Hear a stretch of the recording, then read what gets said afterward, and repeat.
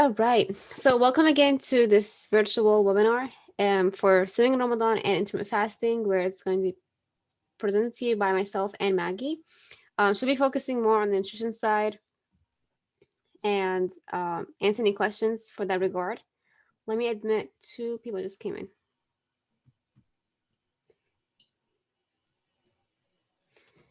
So welcome everyone. Thank you for coming. You're on time. Just ask that you mute yourself, please. Thank you so much. So I'll be focusing more based on like the workout itself, and then at the end we'll be focused on dietitian perspective. Okay, hold on. I think I'm gonna give a few more seconds. People are still coming in. So.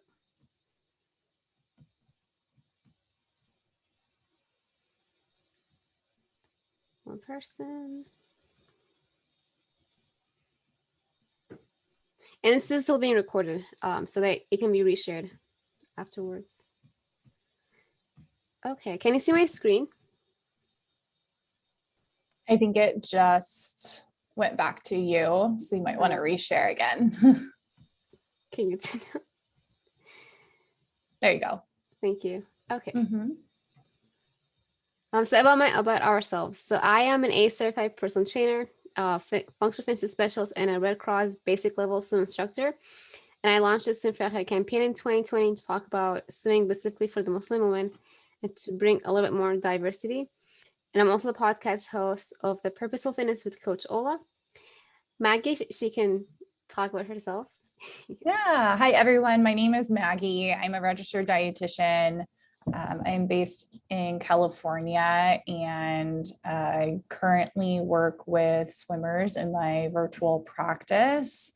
I've been a dietitian for about 7 years now, working in various types of clinics and outpatient settings and things like that, but definitely have a passion for swimming and for sports nutrition. So this is kind of where I've landed myself now. So I see clients one-on-one, and I'm hoping to eventually start some type of group coaching as well. Awesome. So for today's objectives, it'll be about the month of Ramadan, fasting during the Ramadan, exercise, swimming itself, and then the benefits of dryland training that I believe is important to talk about, and then a very simple workout sample, intermittent fasting, and then Q&A, of course, at the end. So about the month of Ramadan, there are 2 different ways to look into it. There's the cultural perspective and then there's the religious perspective. If you happen to partake in that month, drop in the comment. I would like to hear or see who's going to be participating in this month this year. I'll be fasting in this month, be part of it this year. So when it comes to culture aspect, a lot of people are known to coming together as a family, as a community. And then when COVID happened, it was a huge challenge for a lot of us that couldn't get out. And so that's like one aspect. And then there's the aspect of visiting the mosque or the like our church with the mosque place. People are entering. 1 second. And so when it comes to just perspective, we have the spiritual aspect, the prayers to reconnect with the Quran, and then the community projects.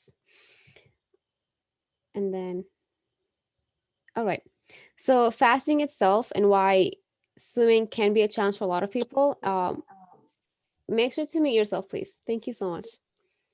So when we fast from sunrise till sunset, and we're not allowed to eat or drink and other activities. And so what are some of permissible actions, right? So we can take a shower. If water is swallowed by accident, then it's fine. It can be a challenge too when it comes to brushing the teeth. And so when it comes to swimming itself, there is a debate whether it's allowed or not. And there's a side that says it's okay if you're able to avoid the water, if you're diving, for instance. If you can't avoid it, that's fine. But if not, then it's highly recommended to skip it and then do it when you break your fast. So timings of the fast itself, we do it from sunrise, and it depends from country to country and time zone. A lot of people just think it's from like the actual sunrise, but it's actually from the prayer time that we have to offer. So for instance, like in 2021 this year, it will be at the sunrise around 5:25, and it keep going lower or backwards, and then we break it at the prayer time or sunset time, which, as you can tell, it could be as much as 16 hours of like no water, no food for a very long time. And so the purpose of the fast itself isn't just to be hungry and thirsty, but it's in the Quran. It's mentioned that we can, all who you believe, fasting is prescribed for you as it was prescribed for those who are before you, in order that you may learn taqwa, piety. So it's essentially to help us increase our faith in God. And as we know, like taqwa, or the strength in faith, requires patience and perseverance. So I'm just going to continue admitting people if I pause. And then I found this to be really nice because, like in Islam, and we know a lot of different religions, whether it's Christianity, Judaism, Buddhism, and like other faith as well, they also have their own type of fasting. And I know I have friends like from the Christianity faith, when it comes to the Wednesday Ash, they have their type of fast.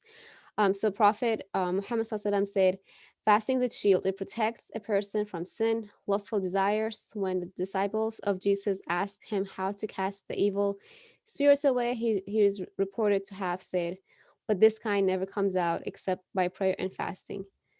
So that just shows like it's in different religions as well. So when it comes to the workout itself, there are different timing that you can do, and there are different consequences, in my opinion. So you can do it after suhoor. When you wake up, you eat, but don't do it just right afterwards. Wait 90 minutes, because you need to have the body to digest the food from the suhoor itself. And just keep in mind that if you do it in the morning, there will be a chance that you'll be tired at the end of the day. You might keep it up for the next few hours, but essentially you'll get tired. And so just keep that in mind. And then comes the afternoon, another opportunity. That's something that you can add light cardio, but you can have follow by taking a nap. This might be a great time if you work at a corporate job, for instance, and you're so used to the lunch break. That's an opportunity where you can add 15 minutes of workout and then a 15-minute of a nap time. And then before iftar itself, you can add up to an hour or 30 minutes just before it, so your body is ready to be hydrated when it comes to breaking the fast. And then thank you for coming. Just make sure you're muted, please. Thank you. And if I'm going too fast, please let me know. I have tendency to be fastest speaker. So when it comes to the after iftar, again, you want to wait 90 minutes. Don't just go right after you eat and then work out. So you can do the eating time, the prayer time, and then you can get the workout in, or it could be like 2 hours afterwards. Just keep in mind that the food has to be digested one way or the other, and you don't want to just go straight into the workout. And then midnight, it could be a high intensity workout, and it could also be awesome, and it could be low intensity workout. So I'm not a night person. I'm not. It's hard for me to be an owl person at times, but it is an option for a lot of people when it comes to their workout times. A lot of people do the like they go to the gym that are open. For instance, they do the weightlifting. I know people can keep up with swimming at night. So if you are that person, go for it. And then if you do the before suhoor, you can do the high intensity, the regular you do on a regular basis. But again, you need to keep the sleeping time. So do not skip sleep. Like that is number one priority for every athlete, and all of us are athletes. Even if we're not competing, we're all athletes. So we need to make sure that we don't neglect sleeping time in order to get the workout in. And that's just my opinion on this topic. Um, so then it comes to the exercise, right? I believe quality is so important over the quantity. So it's not about the number of the reps, the length of the workout, the intensity of the workout. I think it's important to kind of like come down to the quality. So focus on the lower intensity. And if you have tight hips, tight shoulders, and we all know that swimming can be very, very challenging sport. So this could be the best opportunity to kind of slow down in a way and focus on what is important, right? The tightness, the strengthening, resistance training. So strength training is still very important for the muscles and the joints. And um, I believe that a lot of swimmers do not work on their posture. And I believe that's really important to work on your posture, such as, for instance, the butterfly. We tend to kind of like lean in forward and what have you. So you can take that time to strengthen and then improve how you walk and the functional movements. So simple schedule. Again, you can have the healthy suhoor in the morning, go throughout your day, have a nice short nap in the afternoon, and then you can include the workout right before iftar. I have swam in the past while fasting. It can be challenging. The water can get in, but if you're a professional swimmer, then it can be an easy way to not get the water in. So you just have to like play it smart and be careful. Um, and again, resistance training. This picture of mine, I'm a huge fan of like bands. So if you have a band at home, that's a great timing to kind of get back into it, cut the water, the swimming time, and get back into the resistance training, including like functional movements. So in here, for instance, I have a lunge plus a push. Swimming during Ramadan. So if you have pool access, awesome. If not, that is okay. I did include two different resources in here because Faris from my Simpro has talked about it into depth. So if you want to go back and click on the link, I can share in the PowerPoint in the chat here too. But he talked about it. And I also shared my advice on my Simpro blog post.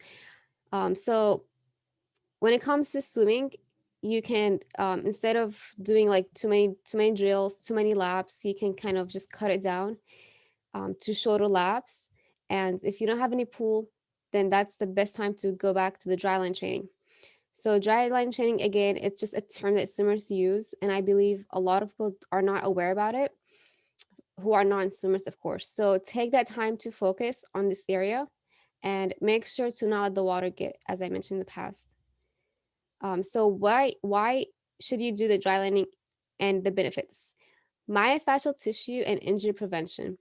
So if you've been through any form of trauma or if you've over like burned out, that will impact your tissue in the body. So kind of like take it time to cut down and focus on that. It could be doing foam rolling, could be mobility workout, and focus again on the area of weakness. Like I mentioned in the past, I've seen, from just absorbing, not really doing a lot of coaching myself, but absorbing the swimming industry, social media, at George Mason, for instance, that swimmers don't really focus on the right exercises, even when it comes to the gym. So kind of get back into it. And the functional movements are push, pull, rotation, gait walking, squat, lunge, and hinge. If you can add that to your workouts, that will be amazing. And focus on adding stretching and dynamic. So, like for instance, this picture right here on the in the flow foot motion, it requires a lot of balance and it requires a lot of core strength. So, core strength is so important for all the strokes. It'll help you with your balance, it will help you with your body rotation, and it will help you with entire stroke. So, if you can take time to cut back, either follow a plan, find a coach, YouTube videos, ask for help. Um,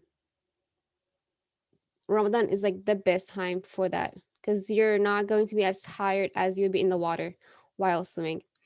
And again, as you can see, I have a picture of my resistance band in the nature, just by the tree, just to show the simplicity and how much you can have fun by being around the water, but not necessarily like swimming. So you're not going to be missing swimming necessarily. You're just going to replace that with exercises on land to keep the form. And here's a very simple workout plan: kettlebells, arm swing, push pull using cable at the gym, deadlift, plank, glute bridge. You can do that 1 to 3 circuits depending on your goals, and you can do it about 10 to 15 reps, 30 to 60-second rest. Some mobility workouts that you can do are bird dog, inchworm, runner's lunge, and so forth. Does anyone have any questions so far before I continue?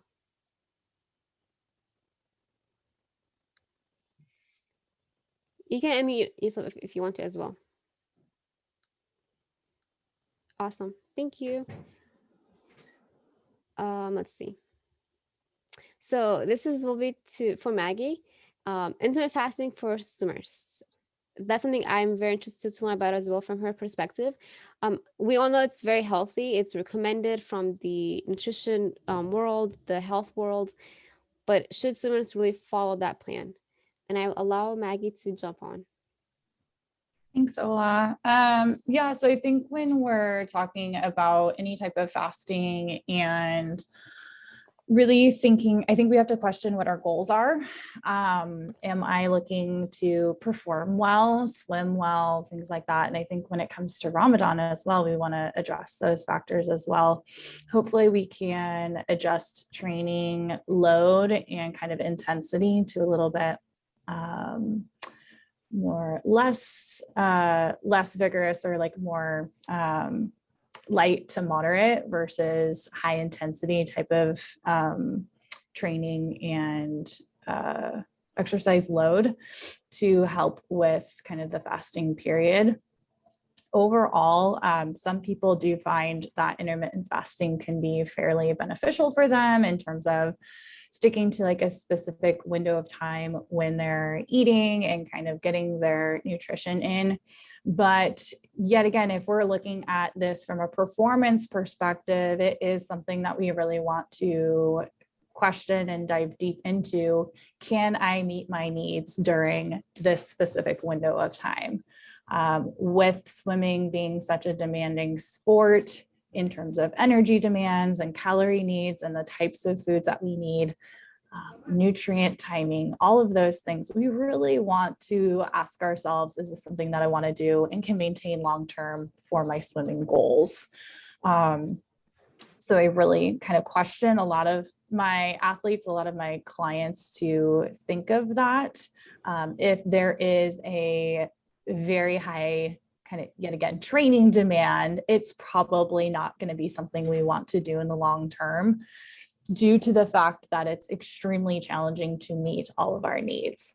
With Ramadan specifically too, Ola was kind of talking about different ways that we can time our training. And with Ramadan especially, we can work on meeting our needs nutritionally during the kind of eating hours, the eating times when we're not fasting. But we really want to, yet again, think of what's going to be optimal for my training. So if you train maybe in the nighttime after breaking the fast, you can get a quick meal in right when you break your fast, and then train really, whatever amount of intensity you want to, and then you can have another meal. The biggest thing is making sure that you're drinking and eating adequately during the nighttime hours. So I would say definitely, adhering to getting enough carbs, getting enough protein on your plate. If you do happen to follow my Instagram account, you can kind of see the different performance plates that I talk about there, the moderate to hard intensity training plates.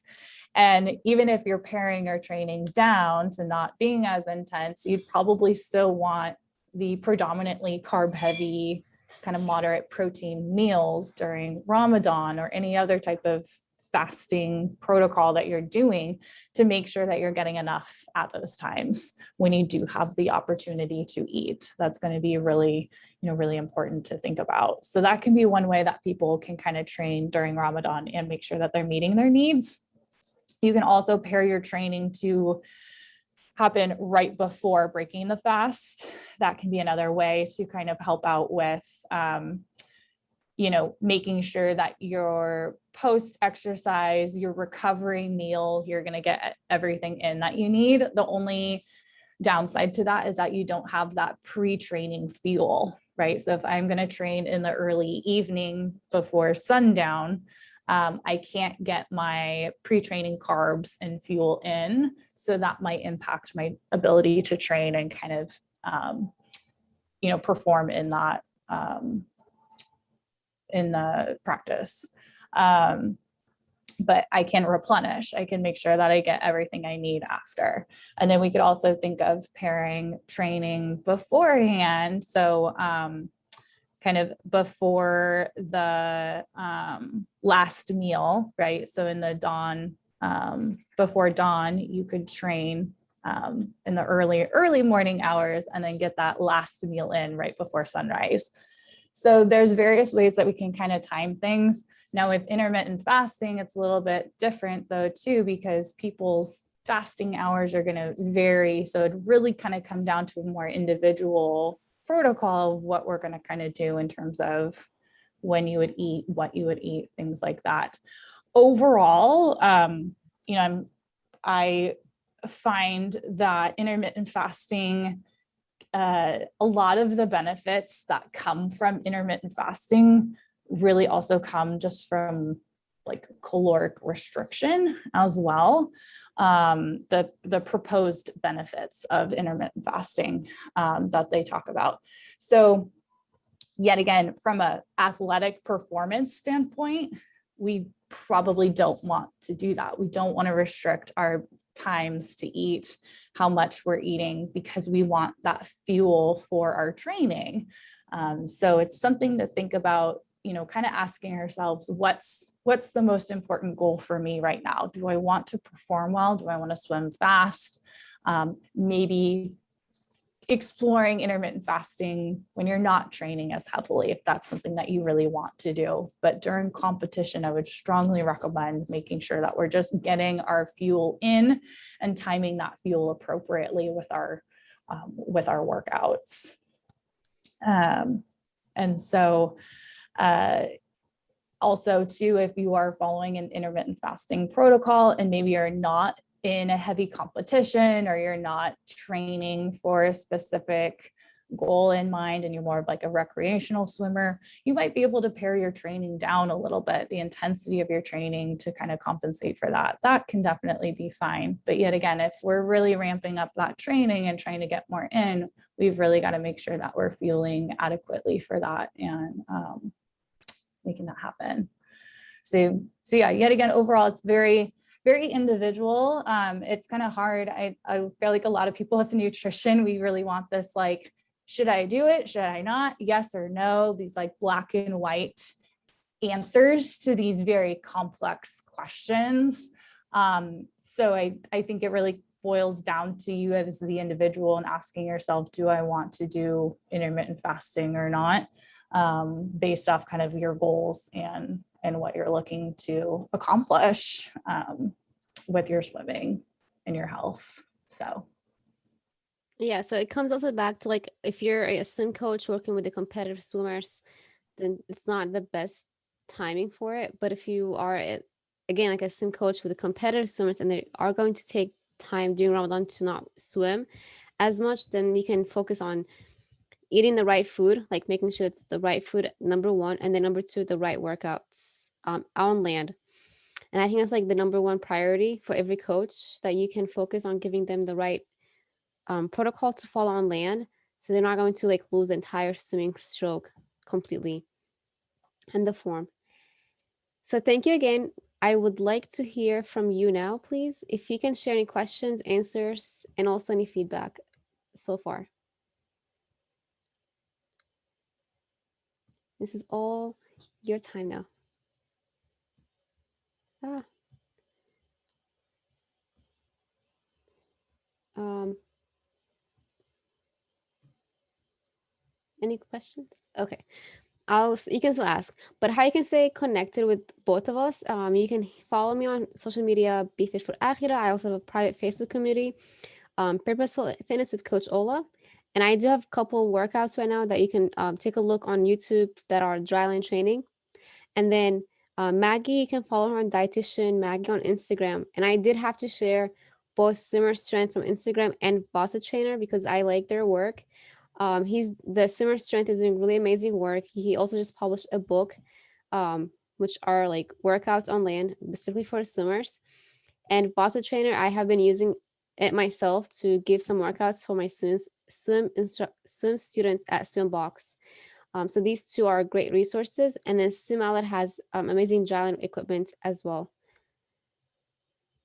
And then my podcast has a lot of episodes, but I picked only the ones that are related for this webinar, related to functional training from different experts. So Adam Jongsm has talked about it with me on the podcast. I also talked about muscle gains if you're into like weightlifting, mobility with Dr. Jen.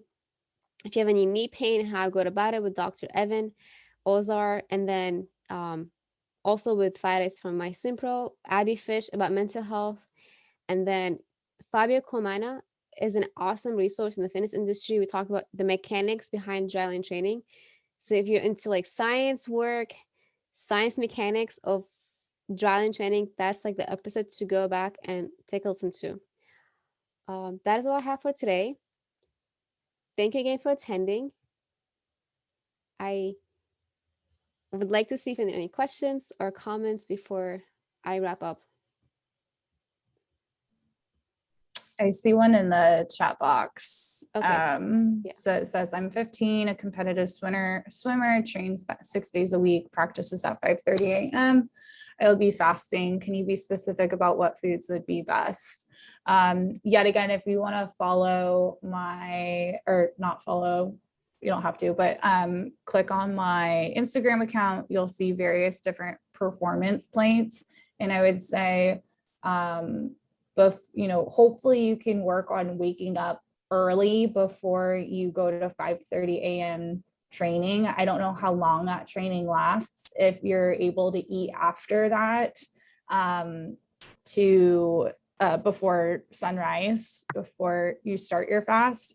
But maybe working on waking up like an hour and a half early and really focusing, especially before your training, eating really quick sources of carbs. You could eat something like some like rice or oatmeal, or a couple pieces of toast. You could eat fruit, things like that, those types of quick kind of digesting carbs with a little bit of protein. So you'd want, you could do like some toast and eggs. You could do oatmeal, banana and peanut butter, something like that. You could even, and also focusing on getting some fluids in too. I don't know if you drink milk at all, or soy milk, or even getting like a little bit of Gatorade in. That can be a really easy, quick way to get more just like kind of calories in and getting those quick carbs in without, having to digest too much prior to that 5:30 training. Another great opportunity could be smoothies, especially if you're going to wake up at 4:30 before to get that fuel in. You could do a smoothie with a lot of fruit in it, a little bit of like Greek yogurt, some more like milk or soy milk or something like that, and blend that up. That can be a really easy way to kind of just get some more nutrition prior to training. And then what I would really think about doing, if you could, yet again, right before your fast starts, if you can get a little bit of fuel in after, you definitely want to prioritize a protein-based food with some carbs. It could even just be some sips of Gatorade or sports drink as you're training too, because you really want to maximize the time that you have to get food in. And if that's during kind of like some of your training, just get that like the Gatorade and the sports drinks in. When you're done, so when you are breaking your fast at the end of the day, you really want to make sure, yet again, you're really incorporating a lot of carbs, a lot of protein. So you're kind of you're kind of eating bigger meals in a way to make sure that you're meeting your energy needs throughout the day. So that could be, yet again, like a plate of like rice, some type of meat, some vegetables, things like that. But I wouldn't even prioritize a ton of vegetables on your plate while you're fasting for Ramadan, because that's just going to fill up your, it's going to basically fill you up, but not give you the calories that you need. So really prioritize more, more carbs, more protein. And especially if you're not going to train later in the nighttime, you can get some healthy fats into like avocado, oils, nuts, things like that to kind of balance that meal out. Yet again, really hydrating well during the nighttime. I would even do fluids that have calories in them, sports drinks, milk, things like that you can just kind of like have on hand and sip throughout the night. You probably don't want to do large amounts of fluid all at once, because you're just going to kind of pee it all out, but you just want to like be hydrating throughout the night. And I know that's really hard when you're trying to sleep too, but doing your best to kind of get that all in. Yeah, and I was going to add the same thing. When it comes to the breaking the fast, so the windows between from iftar till suhoor, that's like the best time for you to, as she said, like, fuel. So make sure when you break your fast, you're breaking it with a soup, for instance, protein, salad. Try to avoid a little bit fried food, because I know like in our culture, I'm not sure like what culture, but in almost all cultures, like we're so used to eating fried food, and if not, you have a family that's very supportive in your choices. That's even a plus. So make sure you have the healthy proteins, healthy fats, avocado, and so forth. And there's another question that is really great. Thank you for asking. I know you'll discuss some great insight on training and nutrition during fasting, but are there any special considerations for competitions, swim meets, open water, triathlons, and so forth? Um, that's for me, and it's a little bit tough question because while I have done triathlon in the past, I will say um, Ramadan, like that can be a time to again slow down a little bit. So, but by saying slow down, not cut training completely, but really focus on strengthening the body. So, if you're not going to be in the water, then focus on um, following a program that includes high intensity, meaning like not doing a lot of cardio, but doing like weightlifting is great, and strengthening the muscles. And if you want to hop on and like ask about it, go for it. Um, but that's when I can recommend you the swim and strength and like the my Simpro Fat where he talked about it as well, because he's a competitive swimmer and I'm not. So for training, I would kind of come back into like making sure you're focusing on making time for myofascial tissue, like, foam rolling, mobility workouts, and strength training. I hope that helps. If not, please let me know. I can add a little bit to that too. I would Yeah. probably try and not have like a meet or Yeah. competition as best you can during Ramadan because like we've said before, it's going to really impact your ability to have that nutrient timing for your comp.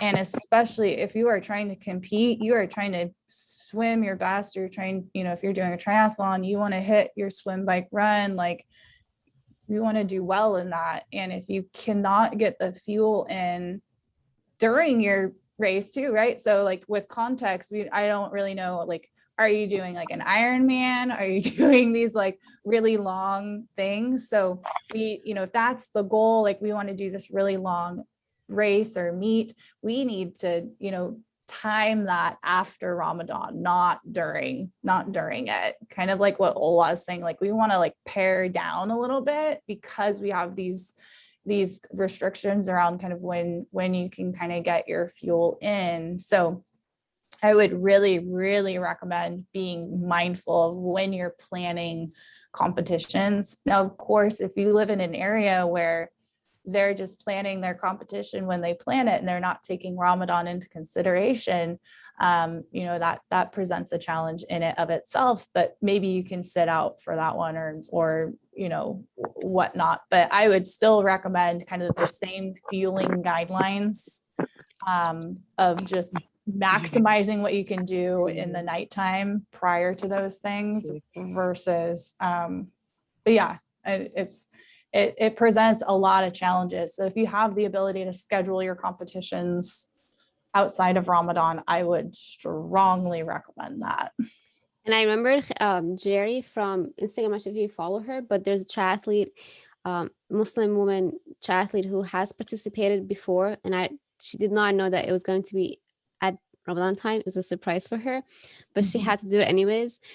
So she did it, but of course, at the end of it, like she had to take a break during the day.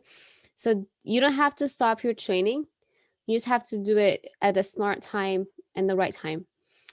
So I don't think like you have to cut anything out specifically, but just make sure that you listen to your body. So if your body is exhausted, that's when you like it's telling you like please stop and like lower it down. So again, thank you for asking that really great question. Um, anyone else? About maybe 5 minutes, and then we can wrap it up. Um, and if you want swim lessons, if you're local, come over to Swim Box with me. If you need to work on your nutrition side, you have Maggie. She's the expert for that specific area. Um,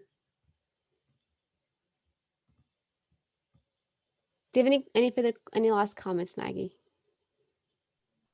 I would just recommend that people really think about your nutrient timing, think about when you're planning your workouts, during Ramadan, and thinking of those different fueling strategies and kind of the pros and cons of, if you exercise in the nighttime, you can get a little bit of pre-workout fuel and post. You could do, wake up really early in the morning, get some pre-workout fuel in before morning training. So just kind of plan that stuff out for yourself. I feel like when we really sit down and create a strategy and a plan that helps us, versus just kind of waking up in the day and being like, oh, how am I going to do this? So maybe taking some time, because I know Ramadan starts on the 12th. So maybe taking some time this weekend and sitting down and planning, like, okay, what kind of meals am I going to have? How am I going to pair this, prepare this for myself and keep myself on track with my goals. Planning and preparing goes a long way. If you need any professional guidance or help, always here to help out. Quick questions, things like that, always help. Happy to answer via Instagram. More in-depth things, you may want to, work with a professional in a way. So that's something that I would recommend. Yeah, that was my next line of thoughts. Hire a professional if you can. I might be hiring like a trainer myself because I'm like, I can't do myself anymore. So having a coach on your side is like an investment, even during this month. Definitely. Um, well, thank you everyone again for coming. I wish you having a wonderful, wonderful weekend. You're very welcome, and you as well. And I will share the replay as soon as I can. Have a great day. Bye, guys.